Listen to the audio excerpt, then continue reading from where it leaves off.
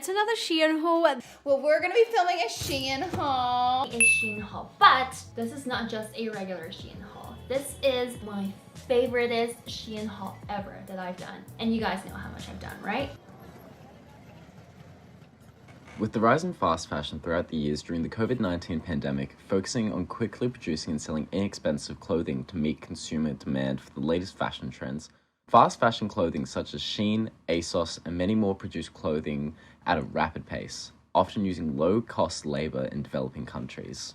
With the Australian average person buying 60% more clothing now, keeping them for about half as long as 15 years ago, a new report funded by the Australian government found an average Australian buys around 14.8 kilograms, or around 56 items of clothes every year, and disposes an average of 23 kilograms to the landfill each year. Because of that, there's also a growing awareness of how the fast fashion industry is impacting the lives, and many people are now finding other ways to ethically shop. So I've seen this op shop pop up on... Your sign to visit Melbourne. Come thrift and vintage shopping with me in Melbourne. I got given this opportunity by my friend Bonnie, and she was just a bit too busy with her life and was like, hey, would you like to take over? And I'd been around 91 since the second ever market.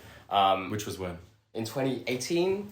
It was in You've been doing it the Evelyn market. It was really random. It was my first ever market selling clothes at a market, and it was crazy. And yeah, I'd probably done 12 markets, 10 markets with 91. It's cool. Like, I didn't think anything of it. And then I guess when we started running them, we realized, oh, there's a lot to it. There's a lot of potential, and like, just, you see so much with the community, and you just go, wow. Like,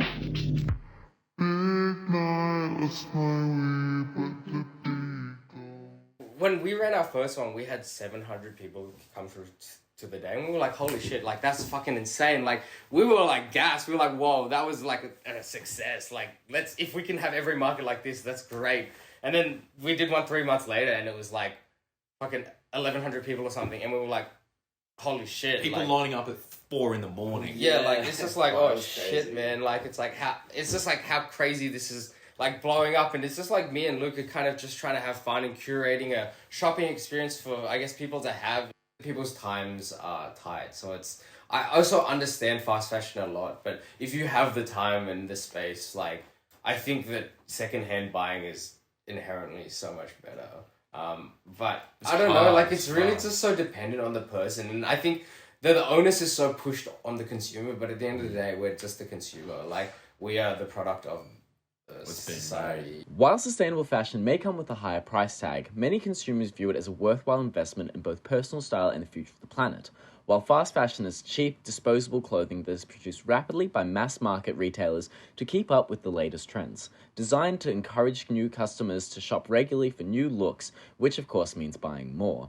But ever since getting out of lockdown, Melbourne has been flourishing in sustainable fashion, supporting local brands and thrifting more, creating new styles to not fit in with the fast fashion trends, and caring about making the world a better place with slow fashion. I think people need to become more educated about that sort of stuff for it to be able to become effective, and people to actually realise how important thrifting is. Because people go to thrift, they go, oh yeah, it's sick that I got this. But then it'd be cool to put a deeper meaning into the head and go, oh, but actually helping with this and that.